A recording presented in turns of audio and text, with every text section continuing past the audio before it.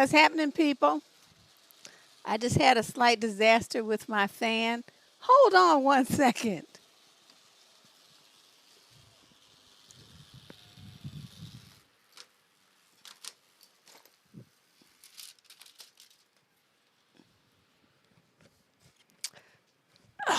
Okay, there we go. It sucked up a piece of paper, and there's just no way that was going to work. Uh, Doing that the whole show. So here we are. Anyway, today, even though normally we only do advice shows on Tuesdays, that's why you see, WTF Tuesday on all the promo pieces. We have an unfortunate backlog of questions that's just so severe. I did not want to.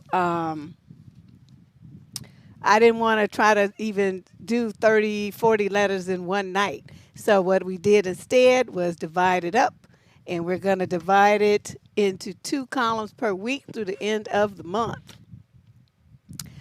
Oh, then Deb came up. Would you do one of those what would Deb do moments? Anyway, we have what we're going to do is stick to 16 questions on Thursday. If you would like to have your question responded to on this column, if you are a brave soul, understand that you might get cussed out just as much as you might get, some understanding and support. Well, actually, even if I'm cussing you out, it's still support, because that means that you got your butt off track and you tripping. And I will definitely make you have that U-turn moment and get on back to reality. So if you want to, submit your question, you got something that's you don't trust your friends to respond to because they give you the kiss up answer, or your family don't understand, you don't want them knowing your business, right? The link to submit your question is in the show description below, and it's anonymous. Whatever name you use, we don't care. You don't really have to put one. Put a location, please, because sometimes if you have something that needs reference to an outside source and you don't put where you are, it very much limits what we can recommend for you. So, and a lot of times, the people in the listening audience live in that area, and they even know some things that can help you. So, I know people sometimes will put a false location, but I'm just saying that may not be the smartest move to make. All right, so let's go. This is What the Fuck Thursday. First question number 1, female, 26 to 29 age group, out of Queenstown, New Zealand. She says, I am in the process of evicting a longtime friend from my house, and I need help managing the situation. She's 25 and recently out of a really abusive relationship. I offered her my spare room, which was really far from where she's living from her ex, more than 100 miles. There's been some major red flags since the day she moved in. She's lied to me and tried to pit me against family members, lied to me about things my friends have done. Her drinking is daily, and she blacks out often. Whoa. She's invited trashy dudes over when I was babysitting a toddler. These were all done in the last 6 weeks of her living here. I have since told her I don't think it's a good fit and to find somewhere else to live. We're in a tourist town, and the housing market for locals is atrocious. Cue me feeling bad about kicking her out. I originally didn't want to give her the laundry list of reasons, but she's been asking over and over again, so I guess I'm going to have to tell her. I don't feel like I owe her an explanation, though. Some of my friends are saying that I do. Do I tell her why? We are often hanging out alone together at night until she finds a place. I'm not really interested in having a relationship with her once she moves either. I'm not really sure how to navigate her living here and maintaining peace. Any advice for me? Oh, wow, this is tough. So she wants to know. Really, all you have to do is mention a couple of things. You don't have to go into a whole bunch of detail. She's just looking for something so that she feels like she can understand what she did wrong. And you said that this was a longtime friend, right? But once she moves, you done. I understand that too. She in that 26 to 29 age group. I done told y'all, right around there, that's the age when women start shedding their friends like old snake skins. So what I'm going to tell you is this. You tell her, I think your drinking is impairing your judgment because you've been lying to me, and our long-term friendship it would seem to me you could trust me more than that, and that I wouldn't have to be you wouldn't have to feel like you needed to lie to me about anything. Okay, that's one point. Number two is you brought some random miscellaneous stray clown up in the house when I have somebody's baby in here. You put not only me and yourself at risk, but this little child. We don't know anything about that guy. He could have been doing anything to us or to the kid. And I take my responsibilities for watching someone's minor child, especially a defenseless baby, very seriously. You didn't give a fuck. That means right there, you tore your drawers with me. And then you could maybe frost it out with one other thing that she does. I don't know, the blacking out from the drinking, since we mentioned drinking. So that's three things right there, right? Appearing her judgment, the bringing a random stray dude in over the little baby, which made you a nervous wreck and fearful for the child and for yourself.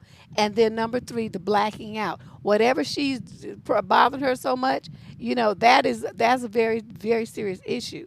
So tell her that, with those three things, it's time for you two to part ways because you babysit often, and if you feel like you can't trust her, to respect the what do you call them, boundaries that you've established for your household, then she can't be there. And that's all you have to tell her. Okay, you don't have to go into gory details, but she needs to know something so that she knows it's all her fault. Okay, so she can't flip around none of it on you because nobody forced that alcohol down her throat and nobody forced her to bring that random miscellaneous stray motherfucker up in the house over that little baby.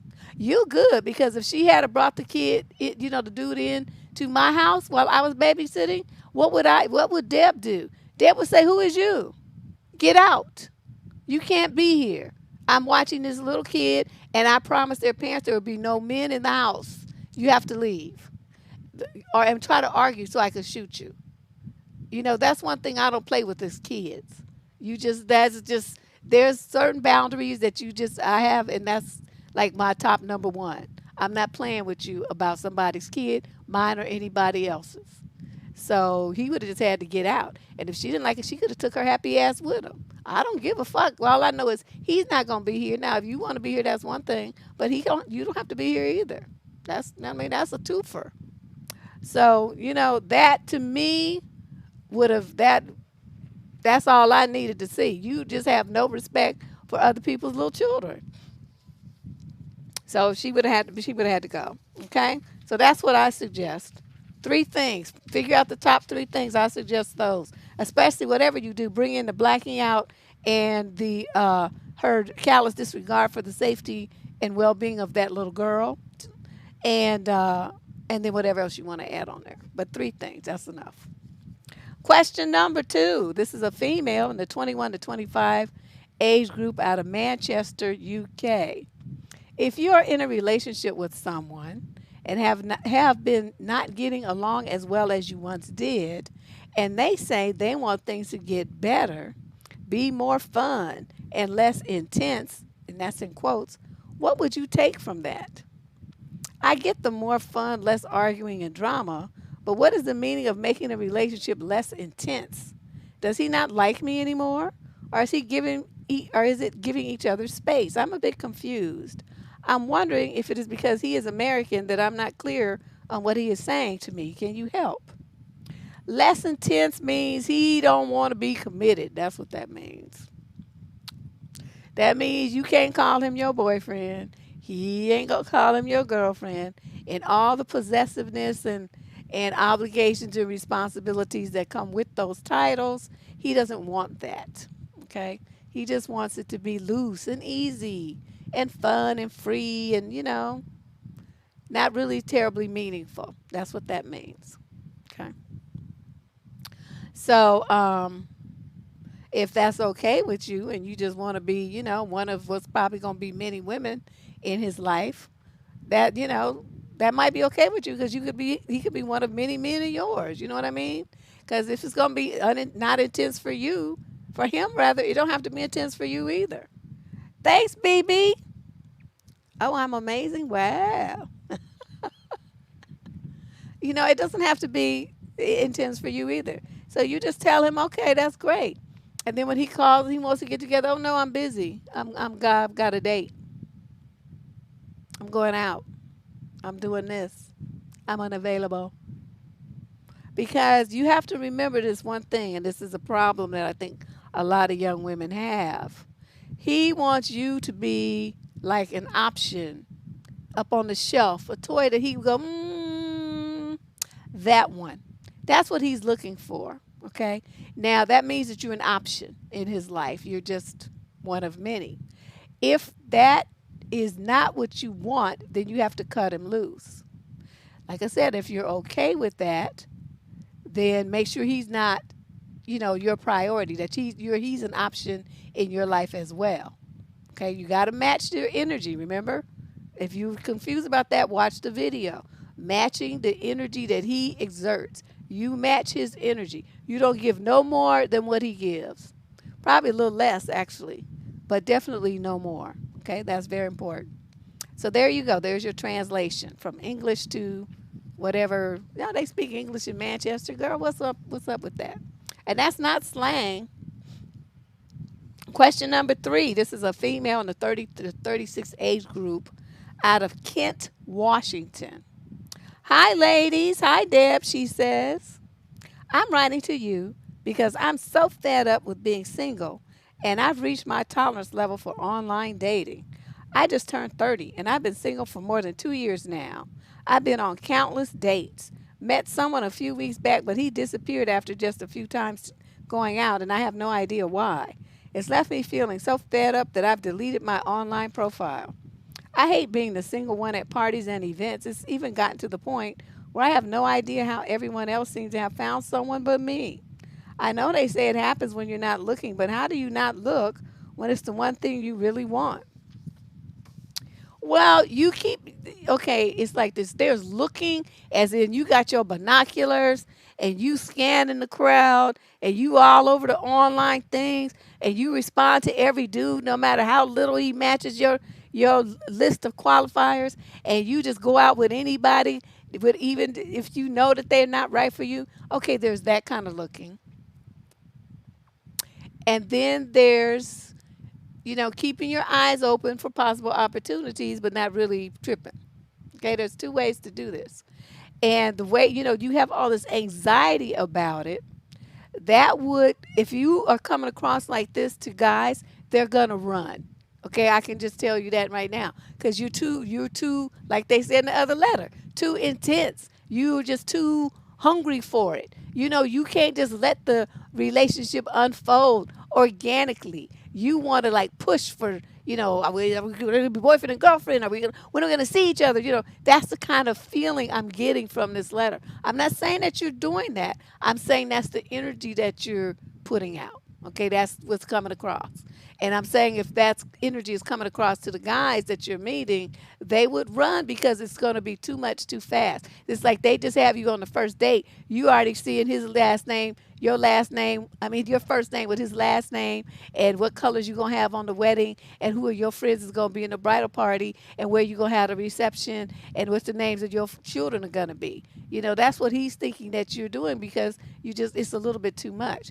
Now, as far as you hating to be the single one at parties and events, you don't have any male friends that you could just, bring as a escort or whatever? Is your plus one? You don't have no male friends? Everybody got to be a boyfriend? If not, you need to make some. Okay? Make it very clear. Ain't going to be no booty. You hope you got a girlfriend. I'm going to be getting a boyfriend, but, we can hang out every once in a while because we have stuff in common. Um, I don't know. It's hard for me to really put myself in this place because I have always had, you surrounded by men, male energy all the time. So it's something I really try to run from, to tell you the truth. I try to run from it. It's like in a house with 3 brothers and a daddy, all my male cousins, all my uncles. It was just a lot of men in my life. And then as I was growing up, I always got along better with guys than with women, with, the girls. So I always had a whole bunch of dude friends. And I mean, even now, I have like 2 female friends. All the rest of my friends are guys. So It's hard for me to see this because I be, like I said, ducking and dodging that male energy. It gets to be a bit much. So you're looking at, you want to have that kind of energy, and you think it can only come from a romantic partnership. And I'm telling you that that's not the case. You want that, but look at some other options, and then go. I mean, I know they don't have meetups and stuff, at least not like they used to. I don't know. I haven't been on the site, so I don't know what they're doing now. If they have meetups, Teams meetings, or Skypes, or what they do. But look around, investigate some options. They have to have some kind of social distancing, these events for people or something. I mean, there has to be something that you could do to get out the house and meet other single people, even if it's online. And I know everybody's going on dates and stuff. I don't see where people are really stopping their date and they just having social distancing and sitting outside. But that's about to come to a halt because winter's coming. It's going to be interesting. But that's my suggestion. Check yourself. Make sure that you're not exuding that thirsty, desperate, anxiety kind of energy when you meet people. Just be chill. Be chill. That's much more attractive to men. They want to be close to you because they want to investigate what's going on, in your head, and why you so calm, cool, and collected and not bothered. And that's intriguing to them versus somebody who's, like trying to glob onto them and they have to run away out of fear that they're going to be, sucked in. All right? Think about it. Question number 4. This is from a female, 26 to 29, from the UK again. God, I just got so many letters from the UK. She's from Leeds. I had a friend over 15 years, and she was always speaking to me like crap, putting me down, etc. Anyway, she introduced me to a guy, and we got on great. We started dating. And you trusted her? Okay, then my friend decided to cut me off because she was jealous of me and this guy. She started telling him lies about me. It was crazy. I was threatening her. She cut me off because of my abusive behavior towards her. All lies. So he backed away from me. We continued texting but stopped seeing each other. He would text daily, all day sometimes. Then 3 months ago, the police visited me with social services. Someone had rang them and said I was stealing money from my dying mom. After checking everything, they realized it was a malicious call. My mom died 5 weeks ago, and this guy made a comment which gave it away. It was my ex-friend, and he knew all about it.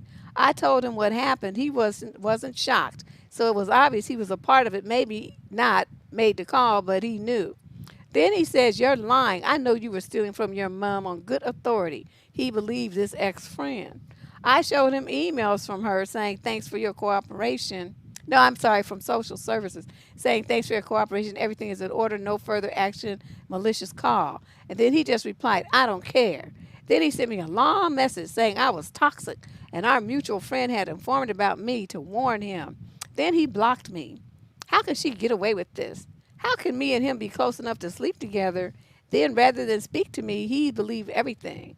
Spoke to me daily while being a part of calling police about me. I feel so betrayed. You are too trusting. That's what that is. Let me tell you something. And you take this and you use this for the rest of your little life because you did some bonehead stuff here. Okay, you had a friend that was always speaking to you like crap and putting you down. That tells you right there the bitch hated your guts.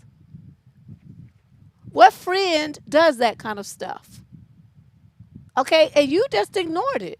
And you just, she hooking you up with a guy. Wouldn't you smell a setup? Wouldn't you think, why is this bitch trying to hook me up with somebody? This is like a snake pit she's trying to throw me into. That never crossed your mind?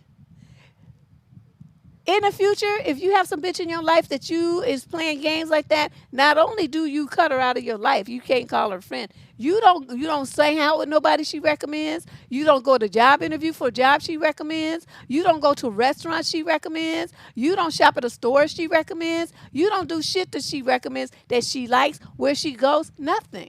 Because she's a bitch.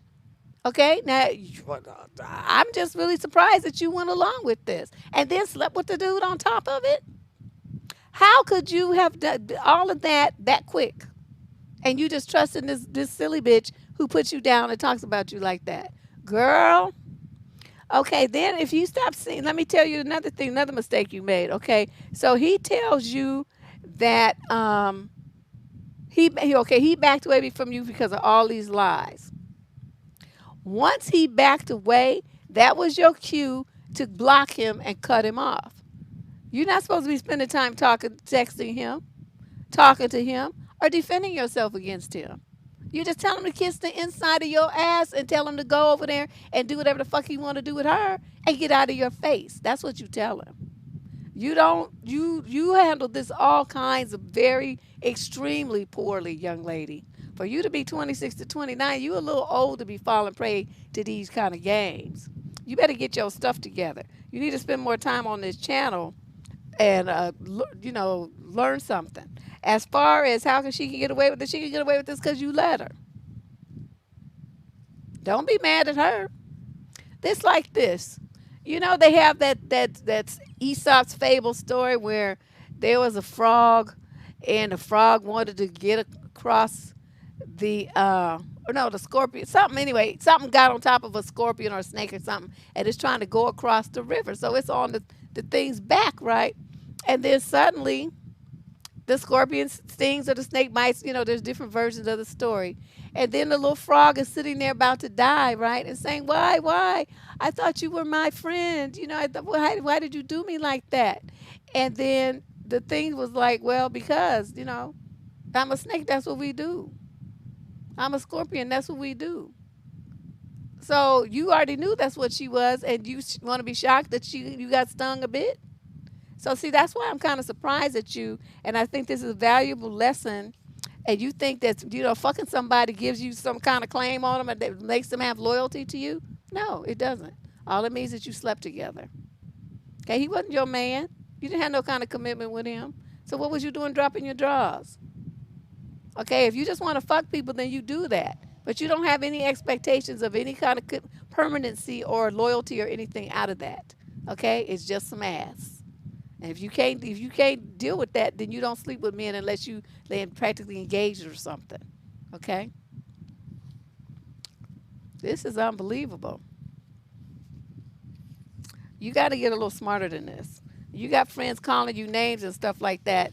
Cuss them out and get them out your life like immediately. Then you would have avoided all of this drama. Question number 5. We got 16 questions today as we play catch up to our advice columns on Advice Thursday, which is a new thing around here. It will be going on only through the end of October. Hopefully you guys can be here. For those of you who are new to the channel, please hit the subscription button. Join this wonderful force of thousands, and I hope you enjoy what you're hearing. Okay, this is a male this time, 30 to 36, from Perth, Australia. I've known for 18 months, and I'm finding it hard to be his friend knowing this. He's separated for 2 years, and there are 3 children involved. The first one isn't his, that's now 14. He doesn't know and is on terrible terms with his ex, as he found out she had a few affairs. To make it worse, his cousin is the father of this oldest child. I know it's none of my business, but he's my best friend. He doesn't know the child isn't his. Should I tell him?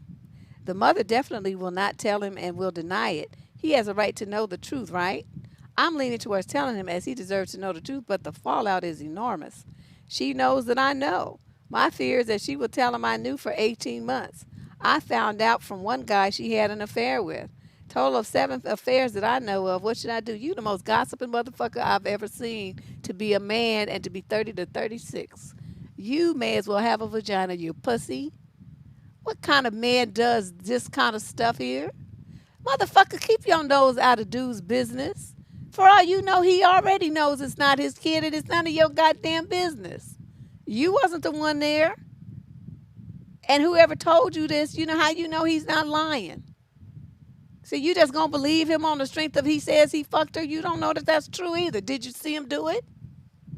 You know, motherfuckers will always be coming up with some shit to throw salt in the game and fuck over somebody. You so dumb, you don't have no game, you don't know that? I don't trust men. They always talking some shit about some woman. Always. Anytime that they get jealous because she wouldn't give him none, she wouldn't sleep with him, he liked her and she dumped him for somebody else or passing by, here they come talking shit. Yeah, she's this, she's that. because that's what they want to do. It's just like those revenge popcorn sites where they post pictures of their ex-girlfriends to try to because they want to get back at her. Men ain't shit when it comes to wanting to hurt a woman that they want revenge on. You're so stupid you don't even know that. You don't know that.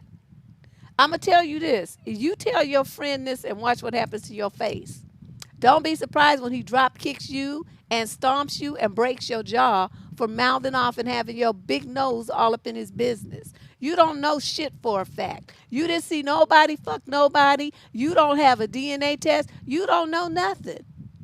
All you know is some gossip that you heard from some gossipy old raggedy ass stupid ass man. Bitch made man at that. That's all you have. Shut up. Go mind your fucking business. Get you some if you don't have none. Goddamn idiot. I'm telling you, I hate men like that. How you gonna call yourself a man and you mouthing off like a goddamn gossipy old lady in the neighborhood over the fence just gossiping? I told y'all men gossip more than women. All the men in I used to hear them all the time gossiping. All they do is gossip. They worse than women are. This is just terrible. But anyway, you know what? I want you to tell him. I want you to tell him because I want him to beat your ass. That's what I want him to do. I want him to pummel you until he gets tired. I want you to be so black and blue that your lips are swollen shut and you need your jaw wired so you can't never talk shit again. It will be a constant reminder to you to shut the fuck up and stay in your own envelope. Yeah, so you go tell him. Go tell him so we can hear all about that. You know? He need his ass kicked. Question number 6, female, 21 to 26, out of Fremont, California. My partner, who is more of a listener than a talker, which is usually not an issue, him and I have become so close because of his ability to listen. And I'm very grateful for that. I, however, am a talker. I talk excessively when I'm nervous and when I'm overly zealous about things. So it's fair to assume that I usually dominate conversations. I do believe that when you're comfortable with someone, you don't always need to talk all the time. But there are times that this lack of words from him affects me. I struggle with manic depression and pretty severe anxiety. Oh, goddamn, what is wrong with all these young people being so fucked up? I just never seen so much mental illness in my life. I struggle with, I only have pretty bad days and see a therapist to deal with these days. I really don't speak candidly to many other people aside from my partner and my therapist. But sometimes when I'm in the middle of these fits of depression and hysteria, he won't say anything at all, just silence, watching me curl up into a ball and sob. I know it's unfair to expect him to know what to say or the right thing to say, and I'm not expecting him to be a therapist for me either. Sometimes I just want words of affirmation or just, I hear you, I understand you, I'm with you. But this silence goes beyond my bad days. I will show him something of interest to both of us, and it's usually a dry 1 or 2 word response. Sometimes I'll ask him a question. He won't even respond until I ask him if he heard me. Conversation, back and forth dialogue, debates, all of it is very important to me. It helps me not fill my head with assumptions. My anxiety makes me believe that his silence means that he doesn't care, that he's not listening. My mind feels constantly racing, and I have no outlet. I have mentioned this to him before, and he has told me that it's something he has struggled with and is working on it. However, today he got angry with me, saying this is just who he is, and I'm not being accepting of him and trying to make him be somebody he's not. I feel unfulfilled, unacknowledged, unimportant, and alone. But I also don't feel as though I should force him to talk to me if he just doesn't have anything to say. How can I find a middle point so this doesn't ruin our relationship for good? Oh, your relationship's already ruined. It's already ruined because, you know why? Because you don't know how to fucking shut up. Now, see, what you're doing is you just want to run your mouth incessantly, as you admit. And you think that there's a man on this planet that wants to hear all of that. That man has not been born yet. Or if he was born, he's dead already for like thousands of years probably. And you know the only reason why he wanted to hear it? Because he was deaf and he couldn't. So he could just nod and look at you and pretend like he was hearing what you were saying. Those are the 2 men that will want to listen to a woman talk all the time. A deaf man and a dead man. Okay? So now you understand that principle? Shut up. You need to talk to somebody. You need to talk to your therapist. Or you need some friends. You cannot dump all of this mental and emotional angst on a boyfriend and think he's going to still have romantic feelings for you. Men don't work like that. Okay, he's looking at you like this bitch crazy. What am I doing with this crazy bitch? She's making me feel like I can't say nothing because she always running her mouth. She don't ever shut up. Where is the off switch? That's what he's thinking, but he's not gonna say that to you because he, probably loves you in some dark recess of his mind. But you pushing the envelope here, chick. You are pushing the envelope. And you're making it very, very difficult. You manic depression, you got anxiety, you curling up on the floor in depression and hysteria, and then you sob on the floor. He good because I would have just stepped on your head and walked out the door and told you when you get your shit together, don't even then not to call me. God, I don't do crazy bitches. I just don't. Yeah, it's exhausted just reading about it. And she be, the dude is there and he just going through all of this. That's why he can't say nothing. He's probably hanging on to his own sanity by a thread. He just like, he about to lay on the floor and sob with you. Girl, get yourself together. You going to the therapist once a week. You need to up that to 2 or 3 times a week. So you have somebody to talk to and some way to get yourself together other than thinking that your boyfriend is supposed to be, solving all these problems for you. You tripping. She want to say shit. She want to, how nervous people get and they talk. I had some friends like that, but I can't be friends with them because they kept repeating themselves. Say the same thing 15 times. They rephrase it. Like you talk to them like, I don't know, say you talk to them on a 40-minute conversation. They going to say the same thing 4 or 5 times, it just in different words. Okay, well, by the second time, I'm tired of hearing it. By the 5th time, I'm off the phone. I got to go. I don't really like talking on the phone that much anyway, but, I'll try to do it for my friends' sake because they like it. So, I try to strike a compromise. I'll talk to you on the phone for a long time once a month. But other than that, tell me what you need and then get off my phone. And then I'll email it to you or send it to you in the mail or whatever I'm going to do. But don't think I'm going to be talking to you on the phone for 45 minutes to 2 hours every day. I'm not going to do that. Not even once a week am I going to do that. Okay? That's not me.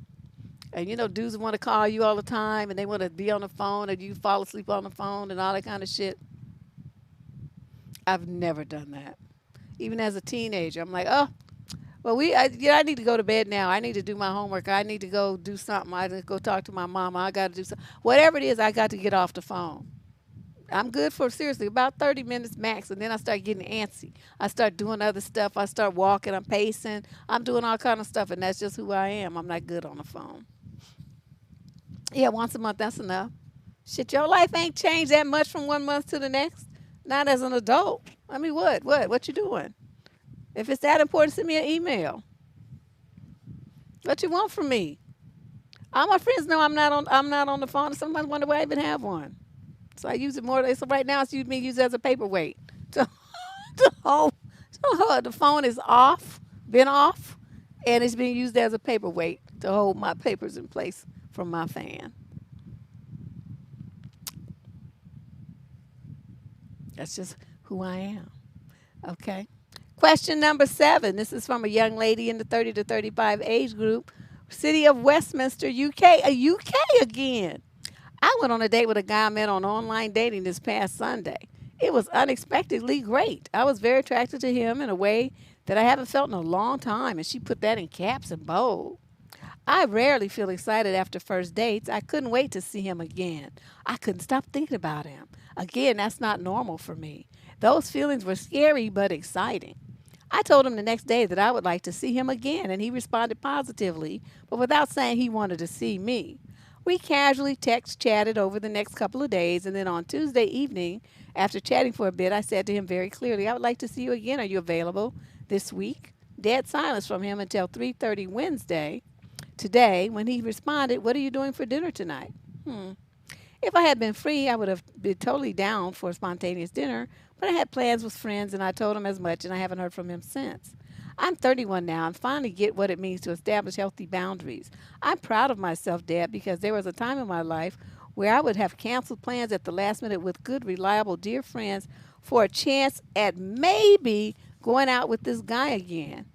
If he actually like to get together, and I hope he does, he can make plans with me when I'm actually free. Okay, that's very good, and you got most of it down, but this part about, texting him and asking him, Are you available this week? Why did you do that?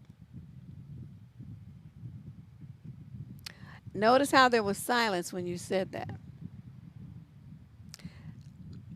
You don't do it that way, especially on online dating where they got so many different options. Well, you do too. But you don't do that. You don't put it out there for men that I'd like to see you again. You don't do that. Exactly. That's like chasing. She's throwing that thing. I mean, she handled it well, because he gonna get back to it the last minute and try to be this, all spontaneous like the next day. Motherfucker, you want to go to dinner? You were supposed to say that then when she asked you. Okay, yeah, that would be great. How about tomorrow? That would have been the right answer. Okay, but he didn't say anything and he decided to tell, the next day. Now, what does that lead me to believe? Either he was so shocked that you said that he didn't know what to do because he's not used to women, being that forward. That's a good possibility. The other possibility is that he had plans for that night and the next night, but then the plans fell through, so he tried to fill that blank spot with you. That's another possibility. Okay, but either way, he didn't handle it well, and neither did you. Now, if he never calls again, that's fine. Don't worry about it. Just block his number and go on with your life. Okay, give him a couple of days and then block him. Yeah, it's going to be one of them two things. That's just it. I mean, you're a grown man. You guys had a nice date. There's no reason for him to just be silent like that. Like I said, unless he was so stunned that he didn't really know what to say, which is, I mean, that's very real because not every woman would be so forward to say, I would like to see you again. Are you available this week? It's not something that I would recommend unless that's like your man, not somebody you just met. I wouldn't recommend that. Okay. Remember, match his energy. That's not what you did. You went all in while he was just sitting there on the bench. That's not how you handle it. Question number 7. This is from, sorry, that was number 7. Number 8, male, 26 to 29 from Norman, Oklahoma. Never heard of it. I'm not meeting anyone during the pandemic, but I'm thinking of what it would be like after the virus is under control and I put myself back out there on dating apps. One issue is that I hate dates in the beginning. I hate the initial meetup, which is usually a boring meet for drinks type of thing. There was one date like that turned out well, I guess because she was just really interested, but the vast majority of those first dates are so awkward and dull and formulaic. I don't want to drop dollars for some dull conversation at a coffee shop. These meetings felt like job interviews and were just not much fun for me. I suspect that this is how a lot of people become burnt out on dating. They go on a ton of these types of dates that are all the same, and it gets repetitive. I don't want to do that. At a certain point, I decided I was never going to do another, quote, date for a first meet and just exclusively meet up with people who were willing to come over to my house or vice versa and watch a movie or play a board game. Dates are only enjoyable to me once I already know the person. I'm already in a relationship with them. Otherwise, it feels forced. Are these feelings common or am I weird? You are weird as fuck if you think some strange woman from an online dating site is going to bring her ass to your house the first time she meets you or you invite you to hers. Any woman who would do that, you're stupid and you putting your life at risk. Okay? You open the door, you see him. All of a sudden, 2 niggas on each side busting the door behind him. Now it's 5 niggas in your house and you invited one. What you gonna do? There are a lot of predators online.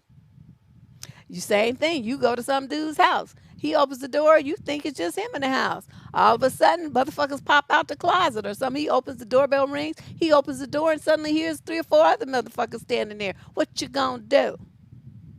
So y'all need to be thinking about this kind of stuff. You do not put yourself in that kind of danger where you don't know these people. Nobody knows where you are. Nobody has any contact information for this motherfucker. You just putting yourself at risk because you're so damn thirsty for a man. Don't you ever do that. Now, dude, what you talking about, this is convenient for you. That's great. That's great. And if you're going to be dating another man who can fight your ass and all this old stuff, well, that's great. But you talking about dating women, no. I would never, ever, ever recommend that a woman follow along with your raggedy ass dating plan, you cheap motherfucker. And you're not only being cheap, that means, if you having all these boring dates, you know what that means? That means you're boring. I have never been on a boring date. Now I've been on some where I didn't like the stuff that, that came back from him, but was I bored on the date? No. Because I am the most interesting person on this planet. I can talk about anything. I might not know what I'm talking about, but I can talk about it. But I you just be a very entertaining person that knows a lot of stuff. I could just go. I could talk for hours if I wanted to, but I just really don't. I talk to you guys and then I shut back down. I'm in my head the rest of the time till I do another show. I don't talk a lot. I think a lot. I think a lot and I write a lot. I don't talk a lot. To me, talking is giving too much energy, and I need my energy for what I'm trying to do on this channel, on my blogs, and in my life. I have to talk to my clients, of course, because that's my money.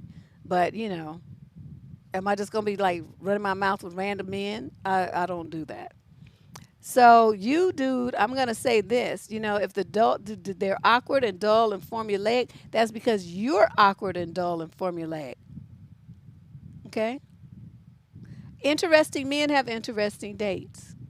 And people who are interesting have the ability to bring out the best in other people. They have great people skills. They can start a conversation. They can draw in people. If you know you can be in a place where you're talking and people at other tables have joined into the conversation because what I was talking about was so interesting.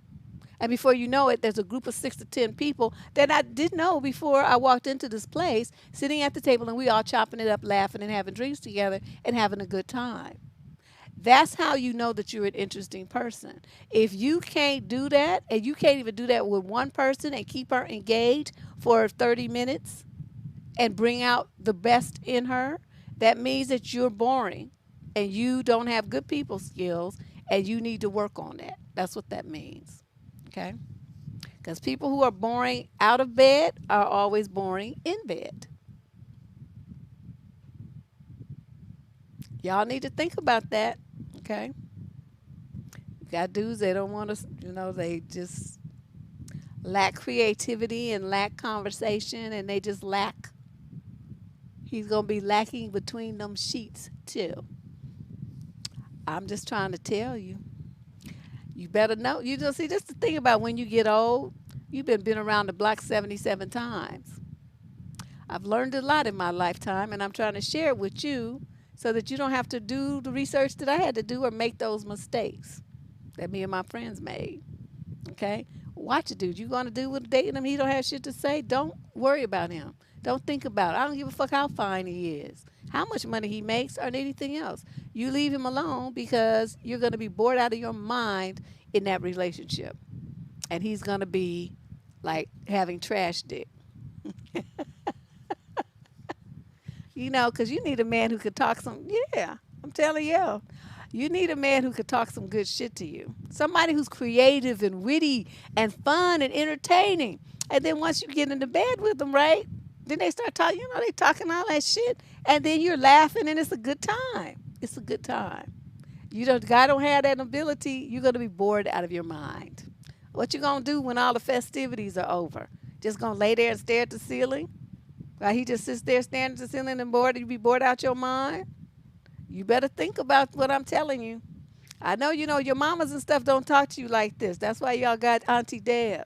Because I'm going to tell you the real. Okay? You better think about this kind of shit. So lame-ass motherfuckers don't have no kind of conversation, don't have shit to say about nothing, don't know nothing, everything you ask them. What about this? What do you think about that? Oh, I don't know nothing about that. As soon as you have a man who says something like that, dump him. Because even if he doesn't know, he's not supposed to say it like that. He's supposed to say something like, I don't really know much about that at all. Can you clue me in? What's up with that? I'd like to learn. Show enthusiasm, a willingness to participate, a willingness to learn, interest in what you're talking about. Oh, I don't know nothing about all that. Oh, that sound weird. Oh, that sound crazy. That's some white people shit. They say stuff like that. Dump them. Dump them.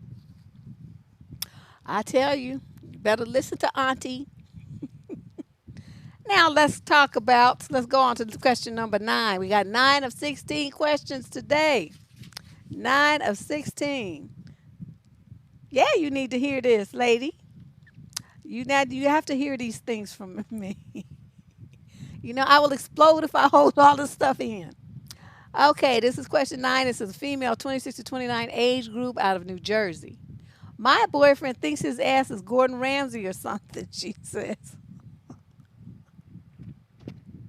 He is pretty particular and high strung about things he's into, and I'm a much more easygoing, well, that sucks, oh well type of person. Cooking is one of those areas he's particular about, and we always find ourselves at odds. From my perspective, his anger about cooking is totally irrational, and 75% of our fights start in the kitchen over food. What? I take a live and let live approach to cooking. If something doesn't turn out right, it doesn't bother me too much. My boyfriend, on the other hand, gets extremely heated over his messed up meals. He will throw utensils or stab the food in question with a knife. Wow. Any attempt to tell him that it's not that bad is met with an instant blow up. He gets that he acts crazy, but it's almost like an involuntary response. He's always been like this about food since we started dating in college 5 years ago.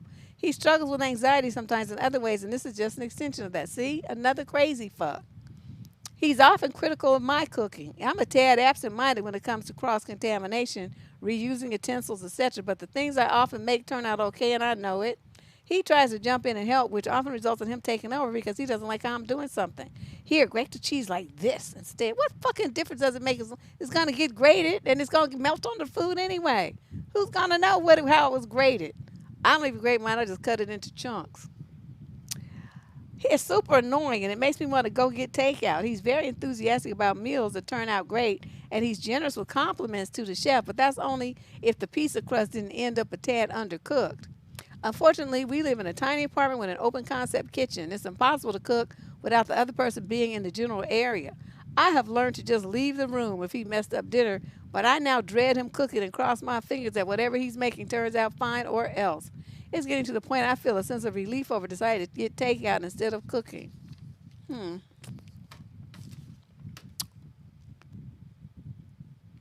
He does this because he knows he can get away with it with you. You stab some food in front of me, I'ma stab you. You throw some shit of my shit. You throw some of my cooking utensils, because my cooking utensils are very near and dear to me. You throw one of my stuff and watch what happens. See, I'm going to pop your ass upside the head with this cast iron frying pan. Now, when you go down and blood is everywhere, don't say shit, because you shouldn't have been throwing my shit. Okay, you want to throw something, fling your ass down them stairs or something. Something you own, something you control. Don't be touching my stuff and damaging my stuff and throwing my stuff. Now, the thing that gets me about men who act like this is, like, say, he's at his mother's house and he's cooking. Do you think he would act like this in front of her? If he had something that, was at work and he was preparing something, do you think he would act a fool like this in front of his coworkers and his boss? See, they reserve their stupidity for the people who are going to accept it and not say anything. What you have to do when he starts acting like this, remember I said that you got to match a man's energy?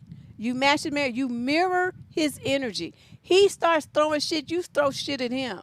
He starts cussing and stuff. God damn it, I'm fucking shit tired of you shit here. You just always yelling and stuff about some fucking food. You ass ain't Gordon Ramsay. You broke motherfucker. It's not like you making millions and millions of world-class 5-star Michelin restaurants or some shit. You just making a fucking pizza. Dumb fuck. Okay, that's what he would get from me. So you de-escalate that by ramping up your energy. Instead, what you're doing is making space for him to fill with all this fake anger and all this stuff. You rear up on his ass. Whatever he does and says, you do the same thing back. You mirror his energy and watch the look of shock on his face. See, because you quiet. You tip away like a little mouse and go into the other room. Oh, no. Shit would be flying all across the kitchen. And I could do that because it's my stuff. But don't you do it. You throw something to mine and I'm gonna bop you, I swear. Oh, yeah, that's what I'm saying. This kind of stuff, they be trying to do this kind of stuff because they want to intimidate you and just act stupid. You throw some shit and yell and scream if you want to. I'm trying to take he's Gordon Ramsay and don't got not 1/10th of Gordon Ramsay's money. You don't get to act like Gordon Ramsay because your ass is broke. You don't have no TV show. You don't have no restaurant. You don't have no Michelin stars. You don't have no fame. You don't have shit. You sitting in the kitchen in a tiny apartment that you was the best you can afford, making some fucked up pizza that's undercooked, and you want to act like you some goddamn chef. I would clown his ass so hard. You can't even make pizza. You want to be acting like you somebody. Motherfucker, sit your ass down and let me call Domino's. And call some people to know what the fuck they doing in the kitchen making pizza because it ain't you. Oh my God, I don't know. He wouldn't. Me and him wouldn't last too long because he would have got cussed out. Question number 10, female 21 to 25 out of McAllen, Texas. How to move on from a guy who never wants to be your boyfriend, but I still have feelings for him. And he still talk with me. And he still wants to meet up and have eggplant. How to move on when I see he prefers to talk with others, women, and be with them. A guy who says he has never been in love and he wants just be friends, but I can't stop thinking of him despite he isn't into me as I would like. What do I do?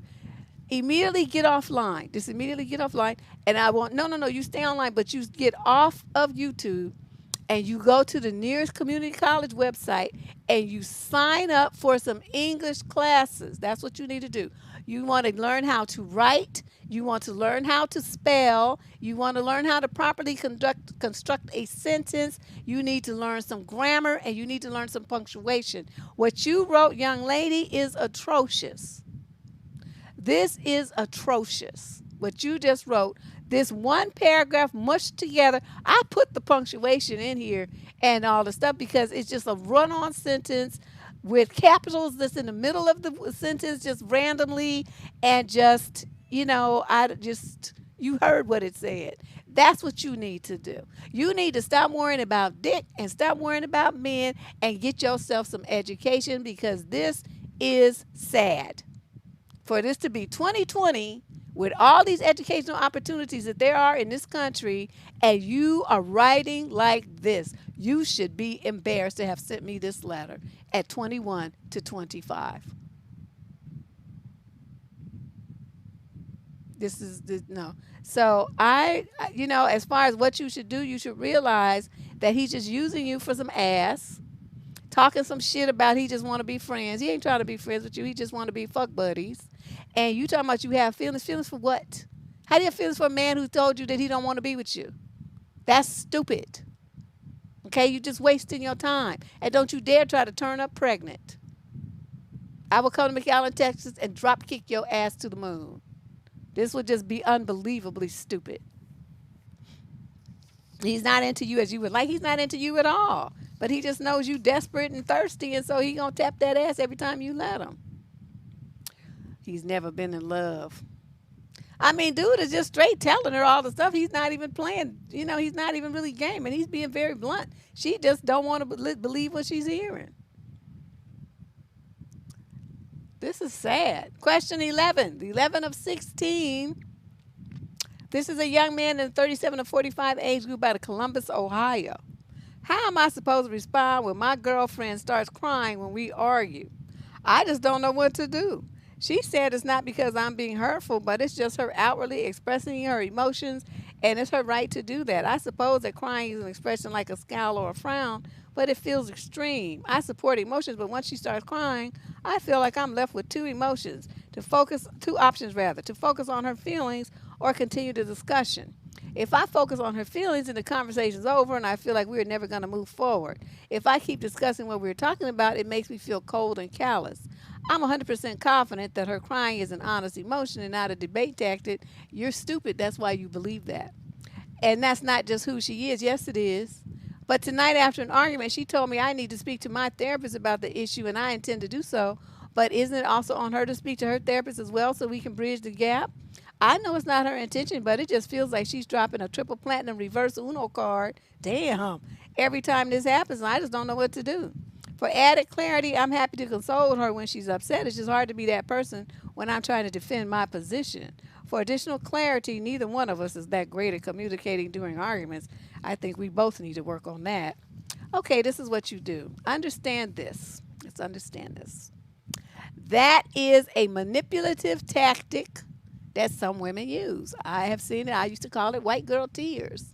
because they're the ones always fucking crying in the office every time something happened where they got chastised, they did some fucked up shit or said some fucked up shit and I jammed them up. Woohoo! Waterworks City. You know, I don't care about that. I don't care about that.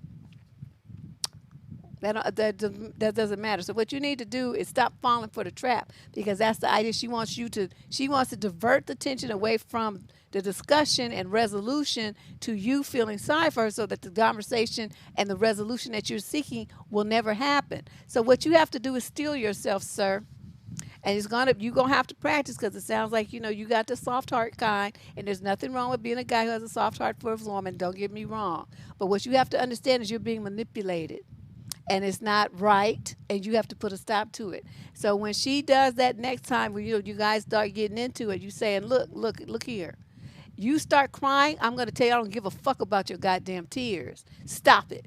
Grow the fuck up. You act like a big ass baby. A 2-year-old crying like a little fucking baby. I don't want it. You're going to sit here like a grown ass woman and we are going to talk about this and you're going to keep them fucked up tears to yourself. I'm tired of that shit. You're going to keep them crying like this? Then I'm going to be through with this relationship because one thing I refuse to be in a relationship with is somebody who acts like an immature child.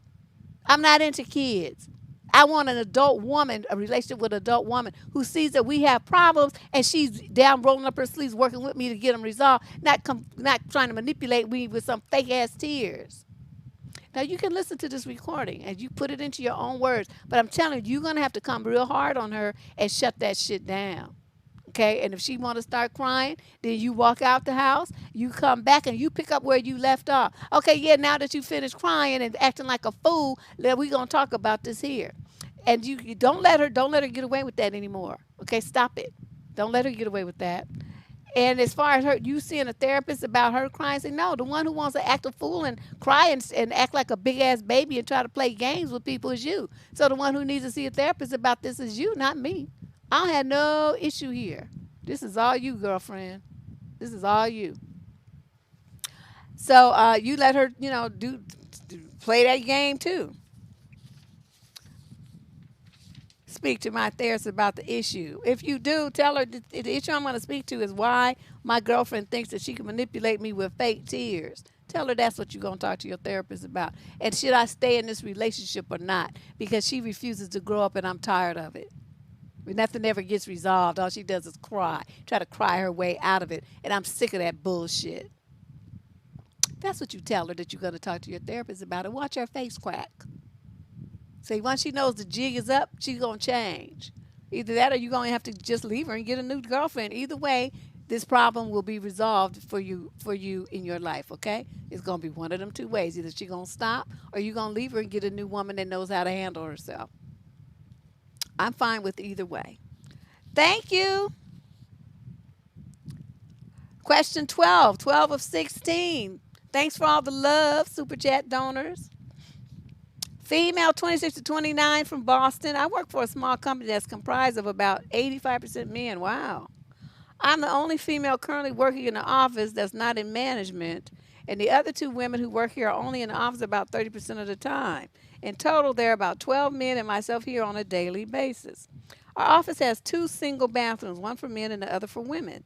Recently, 2 of my female coworkers were let go, and now I'm the only woman here regularly. Oh boy.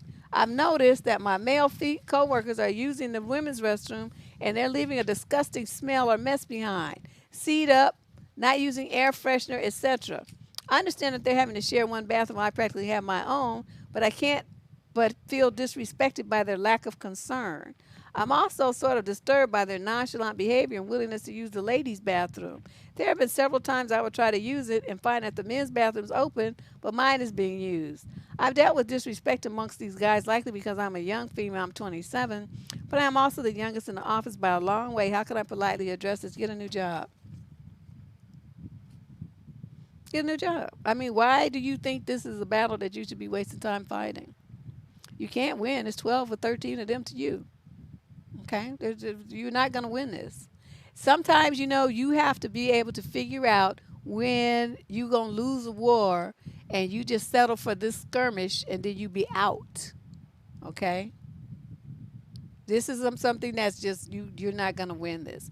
There's too many of them, and they seem to be hell bent on ruining your life as far as, what's going on in the office. And you said you've already dealt with disrespect, and now this is just another level of it. Get out of there. Okay, get out of there. Let them have all the bathrooms. The only thing you could do is if you are near another business, if you guys, like, say you're in a business park where there's another business next door on either side across the parking lot or something like that, and they have a women's bathroom and they have more women there, then go over there and use their bathroom. Don't ever use the bathroom where you are ever again. Let them have those. Just go out, go across to next door, whatever, to explain to them what's going on and ask if you can share their ladies' room. That's what I would do. And other than that, I would just find myself someplace else to work.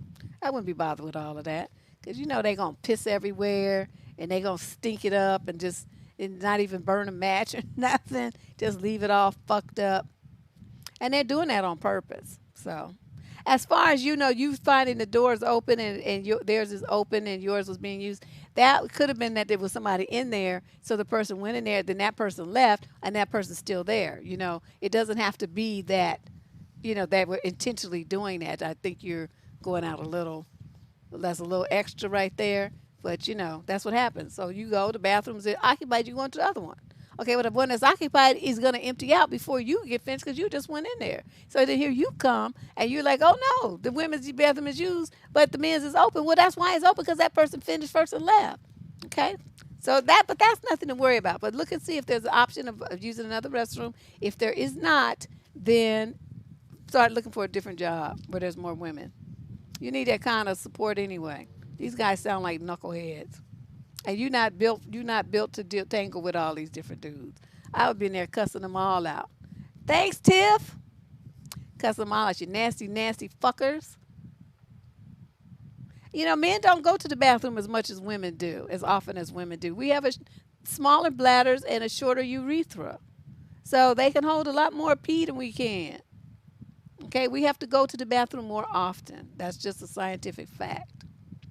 So, they could do with one bathroom. It's only 12 of them. Question number 13, female, 21 to 26, out of New York. I'm having a hard time getting over my boyfriend's ex. He is 26, I'm 21, and I cannot stop thinking about and getting angry over her. In the beginning of the relationship, she sent him money to buy a Christmas gift, sends him texts asking for help, sends selfies of herself, and keeps up with him on social media. She has known about me since before Christmas and continues to do these things, in my opinion, to keep him on a leash. She cheated on him with 5 different guys and then broke up with him afterwards. That was 3 years ago, and it wasn't until he started dating me that he moved on.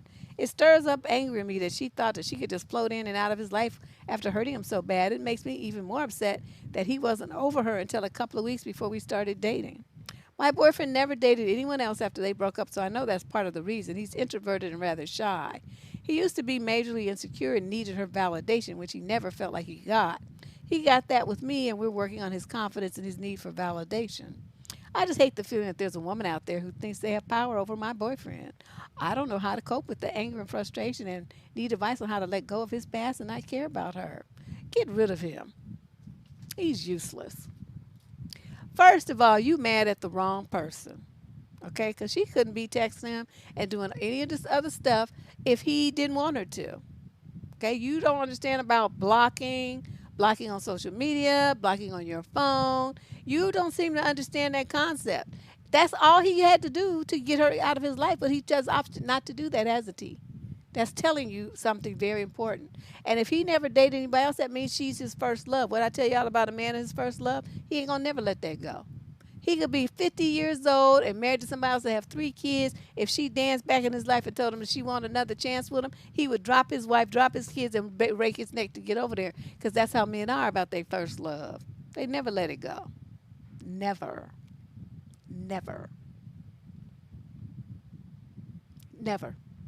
Okay? So you are wasting time being upset about her. She's doing that because he wants her to.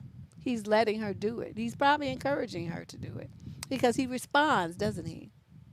Oh, that's a nice picture, he says. Hi, he says on social media. Oh, I'm not doing anything. Yes, we did this and that over the weekend, this and that. So she still got his attention. And he's giving it to her willingly. Okay? Nobody's forcing him. So at some point, you're going to have to understand what the situation is that you got yourself into. You're what I call a placeholder. You just spinning your wheels. So you need to let him know, I see what time it is, and I'm going to leave you over there with, so you can dibble dabble over there with her, since that seems to be where your heart is still and your mind, and I'm out. Okay? That's what you need to do. And you said you mad that there's a woman out there who thinks she has power over your boyfriend. She don't think it, she does. And you know she does too. That's why you mad. Question number 14. This is from a female, 26 to 29, out of Springfield, Missouri. I am one of 5 kids with a divorced mom and dad. I'm married to an only child and live around the block from his parents. He's an only child. Ooh, that was an error in judgment. Whenever he wants to go see his parents, I go with him and hang out with him and his parents, but he will never do anything with my family. Recently, I went out of town to see 2 of my sisters and my brother, and he stayed at home. It was a great weekend. When I got home, he said he wouldn't let me go again. Let. He doesn't like when I do things without him, but he hates my family. He tells me all the time that my dad is a piece of trash, refers to my sister's husband with racial slurs, and also calls my brother names. Wow! And you stayed married to him? He refused to go with me to see them, but when I want to go, he complains that I'm going without him. Once before, he told me that if I go see my family, then to never come back. I want children, but I want to be able to live my life with my family, to share the joy of having my children and have all the cousins get together. But with him, that's not now or ever going to be possible. I've tried having a conversation with him, but he just gets upset, pouts, and locks himself in the bedroom. I want a husband that enjoys spending time with my family as well as he is. I don't know what to do at this point. What can I do? It's called a divorce. You want to do it before you have children. It's stuck. Okay? You don't want to have kids with this fool. How are you going to be? I see the second you say anything, any kind of stuff, you call my father a piece of trash, and you talk about my sister's husband with some racial slur,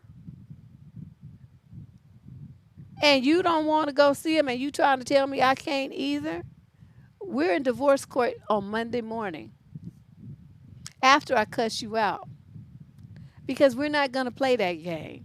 You're going to respect me, and you're going to respect my family. Anytime you don't do that, then that's just going to be it. And then when next time I went to his parents' house with him, I would say, me and your son going to get a divorce because your son is an ignorant, racist prick. And I don't want no parts of him. I had wanted to have children and stuff, but I can't imagine having none with him, but call somebody's father trash and try to dictate and regulate where I can go and what I can do with my own family. So, your son is going to be right back here with you, with his spoiled brat ass, and I'm going to be out. So, take him up on that offer. The next time when you go out, he say, don't come back, do it. There's your out, because he's the one who told you to do it. So all you have to do is say, well, I'm taking your suggestion, and put it right back on him. You see what I'm saying? It's not going to be your idea. It's going to be what he told you to do. And you just following through. That's all you have to do. Yeah, you don't want to have children with a guy like this. He's a piss poor idea. How in the world did you even get hooked up with him? You had to have known how he felt about your family before you got married. Why did you marry him if your family's so important to you? See, this is some poor judgment that you were doing here, girlfriend. This was very poor judgment. If your family's important to you, which obviously it is, you have 5 brothers and sisters, then why in the world would you get with a man who doesn't like your family? You call my daddy, even if I think he's a motherfucking asshole, you don't get the right to do that. You call my daddy a name and watch how fast you have to be ventilated. You ain't going to go do that. I'm going to shoot you. Good old Cooper style. The nerve. These dudes are unbelievable. And you notice this pattern? These women are all in these abusive ass relationships with control freak narc fuckers, and they stay in them. They try to figure out what they can do to save the relationship, what they have to do to change, how they can placate him, and all this stuff. Y'all need to learn the words motherfucker, get the fuck out, you shithead, things like that. And you need to start using them regularly. Along with no, hell no, fuck you, no, kiss my ass, no, what the fuck I look like, no. You tripping, no. Stuff like that. You need to say stuff like that to men. And then if they get jiggy, then you just leave them. You know, you don't have to take this kind of stuff. These relationships are painful. It hurts me hearing that somebody will put themselves in a position to be talked to and treated like this and just utterly disrespected. Not just you, but your entire family. And you gonna stay with this motherfucker? You still sleeping with him, cooking for him, washing his clothes, and calling yourself loving him? There's not enough love in this world, because I love me more. I will never accept any kind of treatment like that. Be sure to tune in, young lady, in February. We have February, and our theme this year is self-love. None of these women have any. None of you love yourself. This is just at a crisis point.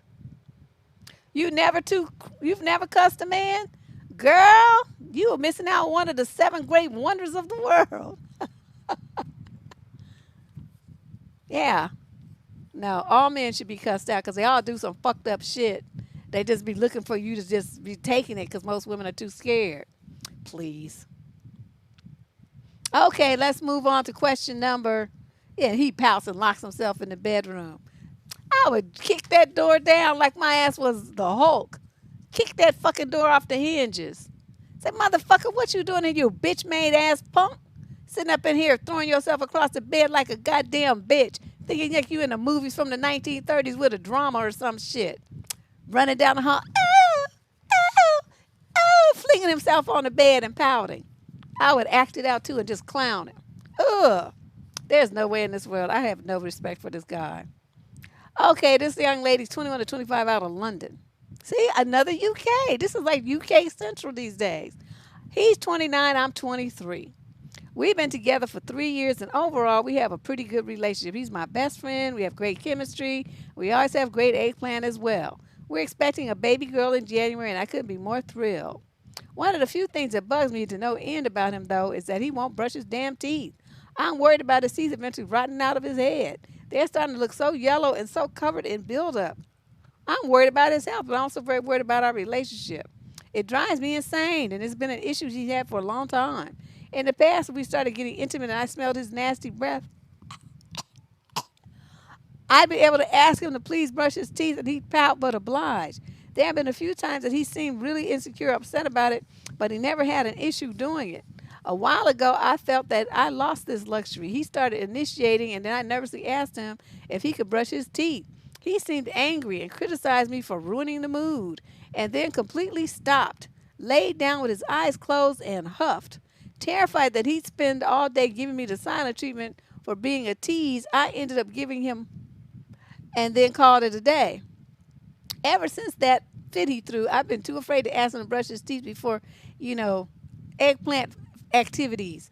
I wish he would just brush his teeth in the morning and at night like a regular adult, but before eggplant has always been the least I've asked. He sometimes remembers to do it the first time he goes to the bathroom in a day, but brushing every 3 days really doesn't cut it. These are the nastiest men I have ever heard about in my life. Remember dude who was spraying himself with Febreze versus taking a shower? Nasty. And you women sleeping with him. How would he couldn't even get close enough to me to get me pregnant. And you gonna have him, he gonna be around your baby with that yuck mouth? I'm so through. I'm just saying. He couldn't know. And yellow shit on his teeth? See, I'm just, I swear I'm gonna throw up. Okay, let's move on here. My saving grace is when I ask him to shower with me. He isn't the best at showering either, but it's more forgivable, I guess, she says. And he brushes his teeth during the shower with me. That's the one night a week that I know I can kiss him and maybe even receive, without my skin crawling, thinking about a yeast infection. But Sunday night, my heart broke because even after he brushed his teeth and scraped his tongue, that nasty garlicky scent was still there. It had been a full week since he'd brushed, so brushing that once in the shower with me achieved nothing. He does so many things that contribute to bad breath, even in people who brush twice a day. Number 1, vaping. It super dries out your mouth. Number 2, he never drinks water, only Mountain Dew, sweet tea, or God forbid milk. Number 3, he eats insane amounts of ranch with every meal. Why would you want to have a baby by this man? His DNA is all kinds of fucked up. I love him so much and I desperately miss intimacy with him. I miss wanting to kiss him. And, uh, okay. Anyway, when he tries to kiss on her in this area up in here, she makes him stop because she can smell the breath. And then she just, dives in because she doesn't want to continue that. Okay. She's terrified that she'll get a yeast infection, but I know if I ask him to brush, he'll get angry and make me feel like a shit person. Sometimes I can't even sleep because he's huffing garlic breath all over my side of the bed. Even if I didn't have an overly sensitive nose due to pregnancy, I could not handle this. I love him, but I have no idea how to confront him about it for the 100th time so it actually matters. He gets so angry, he makes me feel like a horrible person for not wanting to smell his terrible breath. When he brushes his teeth, his breath is fine. It isn't some flaw he can't help in that he doesn't struggle with depression or anything like that. He just lives like a frat boy. It's been pulling teeth to try to get him to even get a job. He still hasn't, since he's been unemployed since March, and I'm too high risk in pregnancy to work. I don't want to be stuck being a BJ machine and only doing where I'm not facing him, but never kissing my partner for the rest of my life. I miss being turned on. I miss kissing him. It started to take a pretty enormous toll on me emotionally. I can't even cuddle with him because I get swarmed with noxious fumes. Any idea how to approach this in a way that he can't turn me into the bad guy for wanting to have basic hygiene? Leave him. Tell him you can't take it anymore. Either that or get a really high insurance policy on him, because let me tell you about, you got a fucked up dental situation. It affects your heart valve. You end up with a heart murmur. You could end up with a heart, some other heart issues. All kinds of bad things happen when you have bad dental hygiene. Infection in your mouth, all kind of stuff. I'm trying to be delicate here because it seems like she's really in turmoil, but I'm telling you, A, he ain't working, and B, he got a fucked up mouth. What are you doing with him? Why did you choose this particular nasty ass freak to have a baby by, who eats poorly? He's got poor nutrition. That means his sperm is all kinds, got some high risk to it for birth defects and other abnormalities because of his nutrition. He's not a good bet for a healthy baby, to father a healthy child. You made so many mistakes here, it's not even funny. This is not somebody that you have as a parent for your child. He's a freak and a nasty dog. No, she don't like it. That's why she wrote in the letter, complain. She ain't even getting that because his faces then would be right hers. That's why she says she does the dive down or the face away kind of thing because, but if you get a certain, well, anyway, let me stop talking.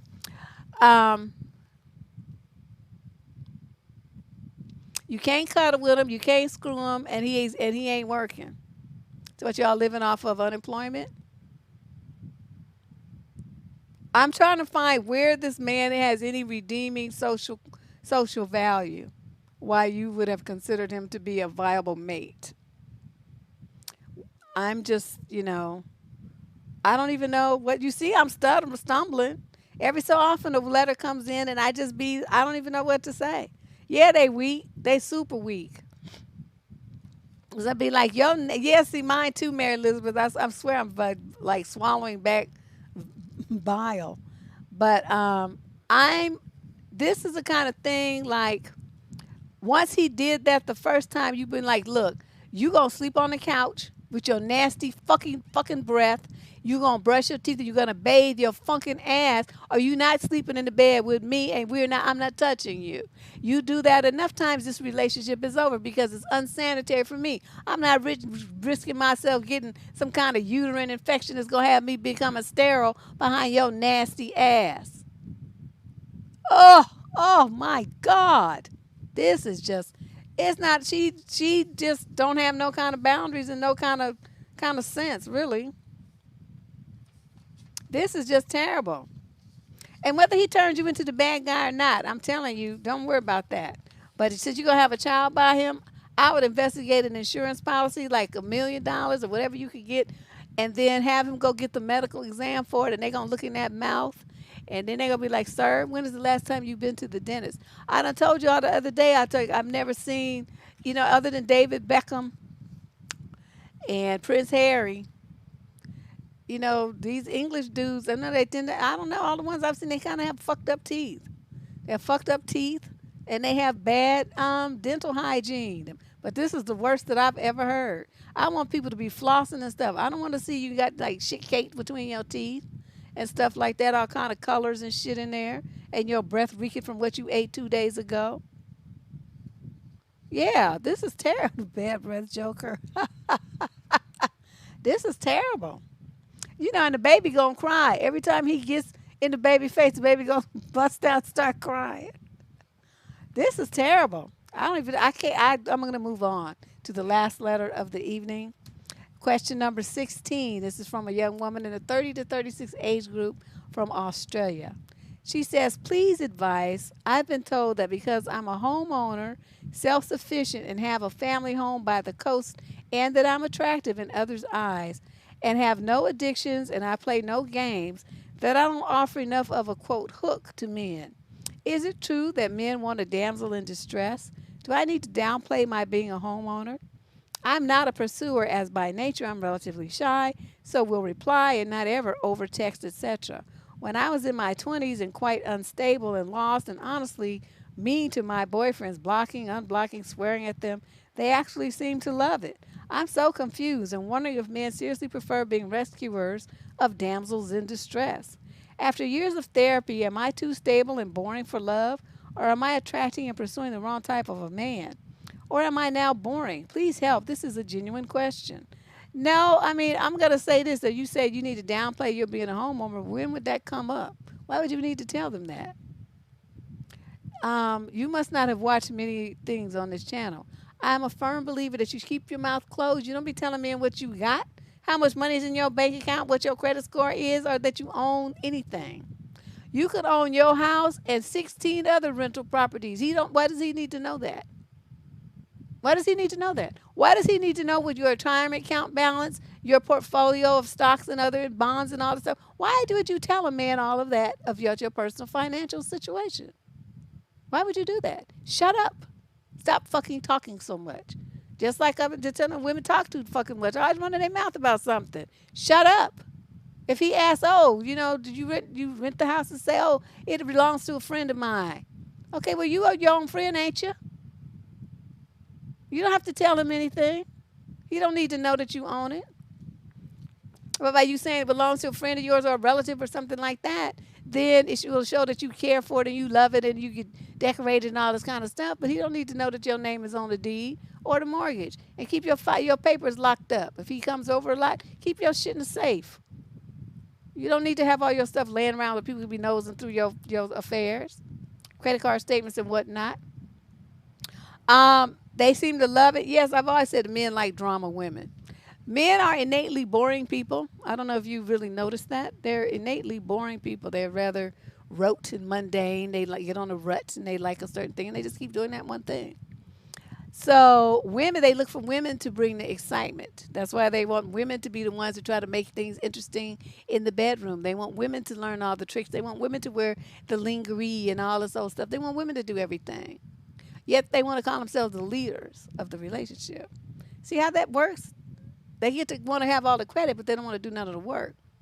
So when you have a situation like that, you understand how men are. They're looking for you to bring the heat. Now that you're a healthy woman, you're not going to be going out on those limbs. You're not going to be flipping out and doing all that kind of stuff anymore. You're putting it on the guy to entertain himself, and most of them don't know how to do that. You just want a nice, sane relationship. So I'm going to say this. You in the 30 to 36 age group, I don't know what the end of that is, but go for a guy who's a little older, who's also stable. 40s, early 40s maybe. And, he was one of the most likely going to have a very well-established career, his own home as well, and not be tripping. A lot of those men are divorced. He might have a kid or two, But if that's okay with you, that's another avenue to explore. They tend to be a little more emotionally stable than single guys who have never had to answer to anyone or be responsible for anyone other than themselves. So that's something to think about, you know. But the main point that you need to make is that you want a guy that's going to meet your energy, that you're not going to be the one carrying the relationship, all the entertainment, all the fun, planning all the dates and thinking up all the stuff to talk about. You're not going to do that. You're going to have somebody who's invested in the relationship as you are, and you're going to keep your mouth closed about what you want. So start looking at different types of guys other than what you've been looking for. Probably been going for the cute, hot dude. Don't do that. Go for the guy who's, he's all right looking, but he might have something a little bit different than what you were thinking. Maybe he's a little heavier, a little shorter, works in a different career than what you would have ever thought. Something like that. Think about, how you can broaden and open up your search criteria so that it includes more different types of men, and then I'm sure you'll find somebody. We tend to get stuck on, our very rigid checklist. As far as, his morals and values and stuff, you do not compromise on that. I'm talking about stuff, I want somebody who's 6'2". Well, maybe 5'10" or 5'11" is going to have to do. Well, he's got to be fine. Well, maybe he just goes to the gym and he's not fine, but he's, in decent shape for his age. Okay, you see what I mean? There's compromises to be made. All right? So think about that. Think about that. Love ain't blind. Fuck that. I see everything. I'ma mainly see how you talking and how you acting. That's what I'ma see. But that's it for today's column. I kind of like these shorter columns because we be in and out and it don't be taking all day. Them other ones, man, we 2 hours and all this stuff. This is about an hour and a half. This is about right. This is about right. I can do this. I can do this. So we're gonna be here, like I said, another third. Well, that's another 2 Thursdays, and then we'll figure out something to do to entertain you guys towards the end of the week. I'm going to try to do a Sunday sermon this weekend. I have some things I want to say. If you're not a subscriber to the Devsterism channel, please hit that subscription button on your way out and an instant notification bell. I would like it if you would also go on the channel and share one of the almost 900 videos that are available here. To find them all, go to the page that says videos and type in your search string there, and it will pull up videos from as far back as 10 years ago. That's how long I've been doing this. I didn't really use it until 2015, though. 16? Yeah, 2016, 17, something like that. But I did have it, okay? So you guys take care, and I will see you real, real soon, like Sunday at the latest, all right? Talk to you later. Bye-bye.